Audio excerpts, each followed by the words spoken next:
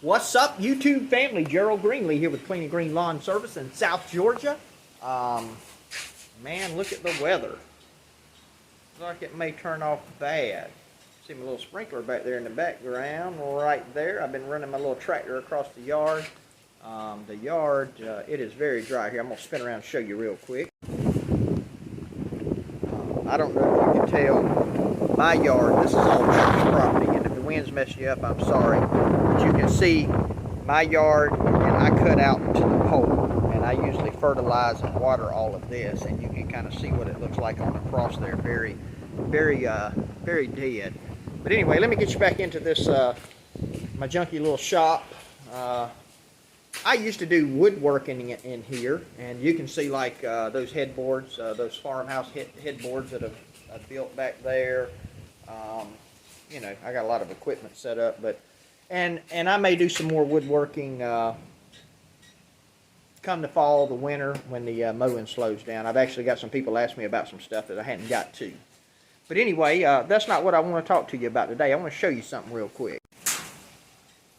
So in lawn care, one of the, obviously, you know, one of the key elements to maintenance on our equipment is keeping our blades sharp. And so there's a couple of different options.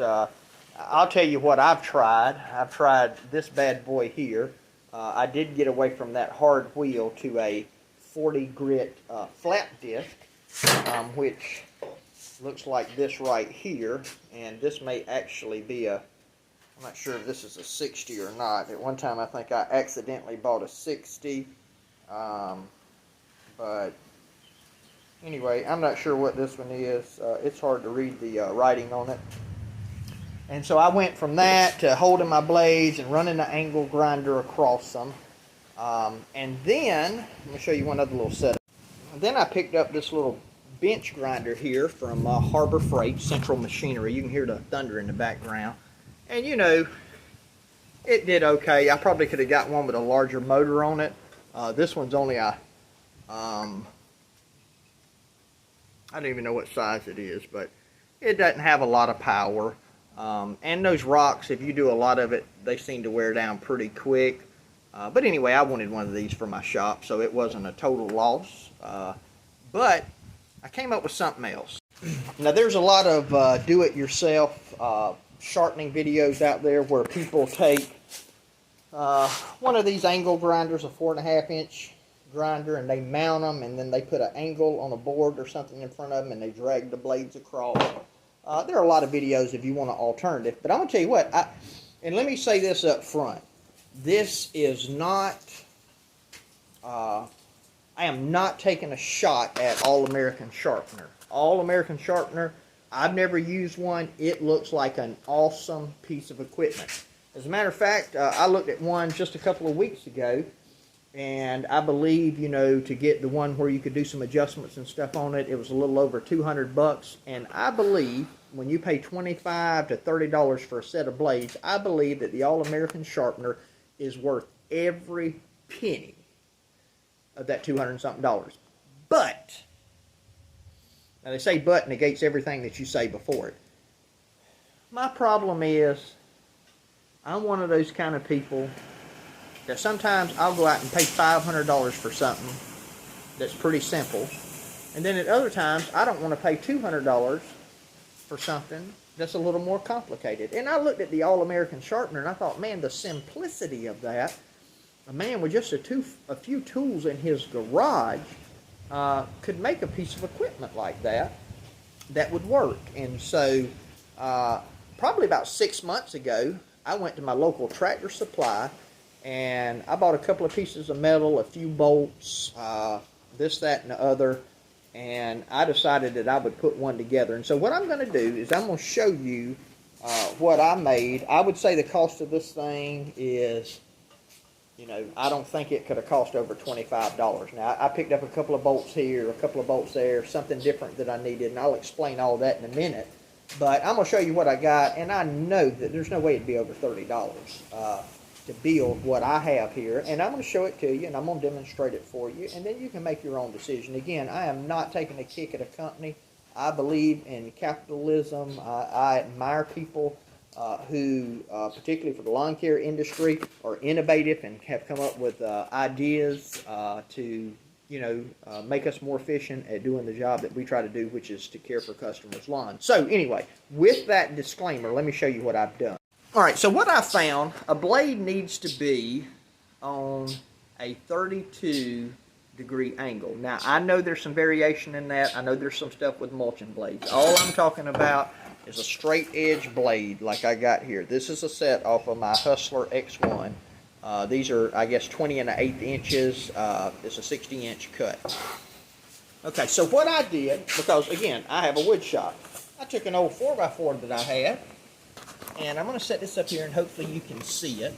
I tell you what, now, this isn't the simplest thing to use. It doesn't have the little, I can add brackets and stuff, but what I've got going through there right now is just a screw, and I know that's going to wear out running it in and out. But what I did is took a 4x4, I cut it, let me get my Craftsman tools out of the way. I cut it on a 32-degree angle here, and a 32-degree angle at the bottom, just so when I'm working, the workstation kind of leans back. And I just got it screwed to a pallet. I haven't even mounted it to my work table over here, which is full of junk, by the way. And I took on this side and just simply screwed me a little block on, which you can see there.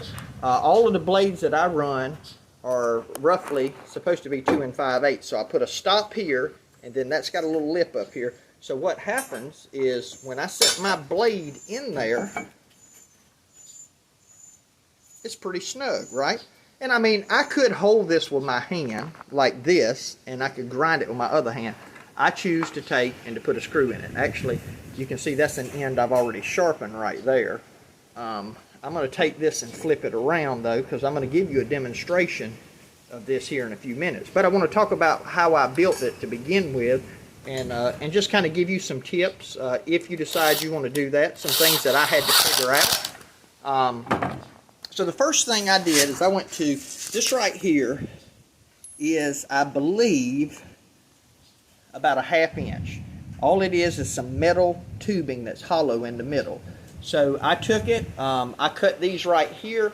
These are about, this is 12 inches, and this right here is like 12 inches. Now, I might be able to play with these arms. I might be able to do it a way that's more ergonomic. This is just what I started with, and again, you'll see this is rusted. I started on this about 6 months ago, and I'll explain to you in a minute why I quit on doing this project. So, forgive me for getting the camera all over the place. I don't have my GoPro here with me, and I didn't want to go to the office and get it. So what happens is when I set this blade on this, it's at 32 degrees, and then I mounted this through the side, and all that is through there is I've got like a 4-inch lag screw in there. And that screws right in. I got washers on both sides, and I leave it loose enough. I put double washers on both sides, and it doesn't really have a lot of tension. I mean, it moves really well. I'm doing that with great ease. And then down here, I used a 1/4-inch bolt, and I put washers on it, same thing, and I put a nylock nut on the end. Now, that nylock nut is important because it won't come back off, because the first time I did it, I used some regular nuts, and I double nutted them together like I got this right here. There was a lot of vibration, and it come apart. Then when you get up here, you just want to mount your angle grinder. And so the reason I quit on this about 6 months ago is because this is a metric bolt, okay? I'm going to save you some time, because what I had to do was go to Harbor Freight, and I had to go in Harbor Freight and run back to the bolt section and grab bolts and run up to where these grinders were. Not Harbor Freight, Tractor Supply, I'm sorry. I went to Tractor Supply, found these bolts, run up to where these grinders were. Now, this did come from Harbor Freight. This is only like a $10 grinder. And figure out which one would fit in there. Well, I'm going to tell you what will fit in them. It fit in a DeWalt. It fits in this. It fit in another little cheap one that I've got. They're the M8 bolts. Now, I got the M8 by 125 by 60. That's 60 centimeters long, I believe. So M8-125. And then I got the M8-125 nuts here. And so I put this through here. I put a washer on both sides. You can see that's loose. And then I jam these nuts together, and then I screw this all the way in. The reason you need this bolt is because this is metric, and that's the size bolt that will probably fit 90% of these, I'm guessing. And so I run this bolt in there till it bottomed out, and then I tighten this up as a jam nut to keep it from coming loose, okay? And again, now I get my 32-degree angle from this block that the blade sits on, and so when I start this up, I'm simply just... Oh, let me get my camera. I keep getting it off. I'm simply just running up this. Now let me show you this right here, if I can get a good shot for you. You can see that that really fits the angle of my blades. And of course I checked that on this part right here. You know, this part here never cuts grass anyway. It's all out there on the tip. I mean, but I'm not saying it doesn't cut, but it never gets worn down. That's got a great edge on it. Again, when you sharpen blades, you're not looking for a razor edge. You're wanting to get a good edge and keep that angle. So, like I said, this is about a $30 thing. I did buy, this probably isn't the best thing, but I bought this little balancer right here off of Amazon. You can get on there and look that up yourself. I do check my blades with it. It's very simple. You just set the blade up on it like that. And then if you were to look at this one, that's pretty well balanced, but this side's a little bit higher than that side. So that means a little bit more material needs to come off this end. Now these haven't been sharpened. These are just some I have laying around in my shop, but I must have 20 sets of blades.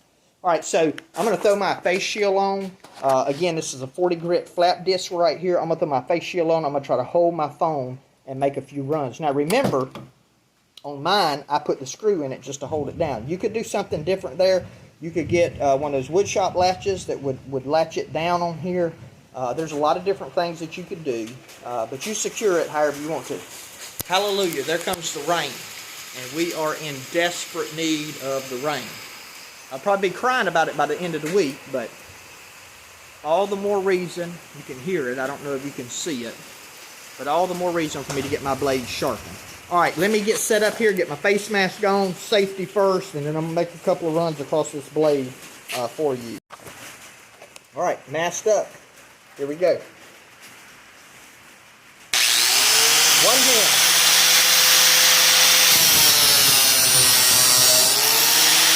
That's the first pass. Let me just take a second here and just show you. If you notice that first pass made this shiny from here to here, which means it's maintaining that factory edge. Now obviously it gets off down here because that's been in, but what we want to do is sharpen until we get this part as consistent with this as we can. Okay? And I know some people say, hey, only sharpen the end of your blades. Listen, I don't care what you do, that's mostly what you're going to use. Regardless of what you do, just make sure that you balance them. Alright, so I'm going to show you making a few passes.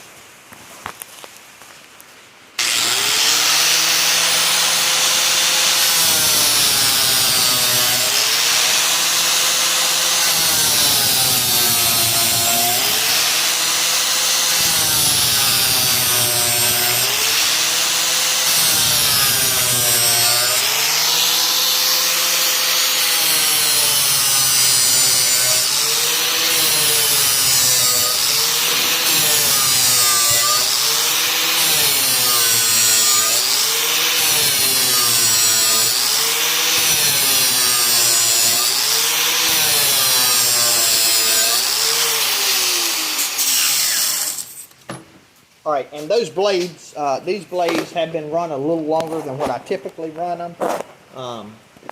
And you can see, it's going to be hard for you to see, we got a really good edge here, and this will be hot now. And we got a pretty good edge on the end, but right in here we need to take it down some more. And so what I'll do is I'll take that down, and then like I said, I will take and put them on this balancer. I may spend some money on a little bit better balancer.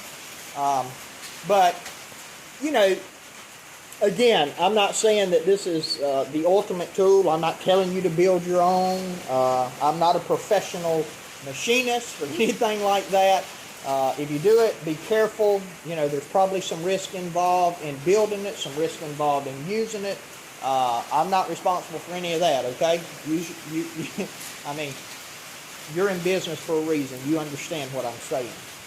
I am saying, though, for $30, it is a lot better than using an angle grinder and just running them across it, because it does maintain pretty well, in my opinion. It maintains that edge, that 33 degrees. Now, I think you can look online and find what degree your blades are supposed to be, because from my understanding, my buddy Drew had one up in South Carolina, New Beginnings Landscaping. If you haven't, check out his channel. He's got a channel on YouTube. Great guy. He just bought an All-American sharpener about a month ago. He did a great review on it, and so you know, you can look at that. But one of the things I think Drew learned is that the standard 32-degree angle is not true of all blades. And I want to say that he said his fell around 29 degrees or somewhere around in there. So I think you probably find out from the manufacturer what your messing the lighting up, what your blade degree should be, and then you can take and cut you a block of wood. All you need is, you know, a miter saw. Where am I at?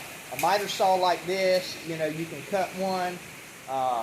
And look, if you don't have a miter saw, if you'll take a block of wood, a piece of 4x4 to any wood shop, any craftsman, cabinet shop, anything like that, I'm sure you could get somebody to cut you the angle that you need on it. And then I simply took it and I used some screws, and I just secured it down, and I'll secure that to my table ultimately. But again, for about $30, you got something that will at least give you something consistent, something that you can replicate. And if you can sharpen these blades, I mean, the more uses you can get out of a blade and get a good cut quality, the more money you put in your pocket as a business owner. And so anyway, I just want to take and share that with y'all. Maybe it'll help somebody. Maybe it won't, but you know, if you've watched this much of the video, you probably at least have an interest in what's going on. So hey, appreciate all of my subscribers. Appreciate y'all dropping me a comment. Hit that like button if you haven't. You know, 70-something%, 80-something% of the people that watch most of my content are not subscribers to the channel. And, you know, I'm not in this to build some big booming channel. I do YouTube for fun. I'm a full-time pastor. I cut grass on the side, and I use a little bit of my spare time to make YouTube videos that I hope will, some of them are just fun, having some fun. Some of them are content like this to try to help somebody. Some of them are just mowing footage, you know. But, you know, I'm not against getting subscribers and getting views and getting all that kind of stuff. So I would love for you to subscribe to the channel, hit that little bell up there, get notifications when new content comes out. And go check out my boy Drew Hadwin, New Beginnings Lawn and Landscape, or New Beginnings Landscaping. I always get him mixed up with Josh over at Josh's Lawn and Landscaping. And Minnesota Lawn and Landscaping, great guys. Sheepdog Lawn Services LLC down in Mississippi, another great guy that you can check out as far as, you know, what I would consider smaller channels. Now, there's a lot of great big channels out there. You know, I like the Spencers. I obviously love Cody and Courtney at Pro Cut Lawn 10. They do a you know, a tremendous job there as far as large channels go.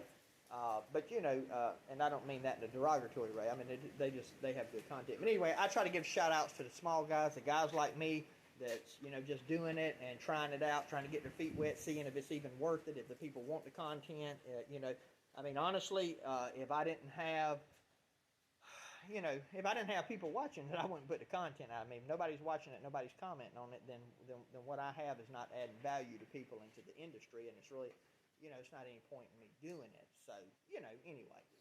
Hey, appreciate y'all watching, though. My prayer for you is always the same, that the Lord might richly bless you and that you might see all of your blessings as from Him. Have a great, great day.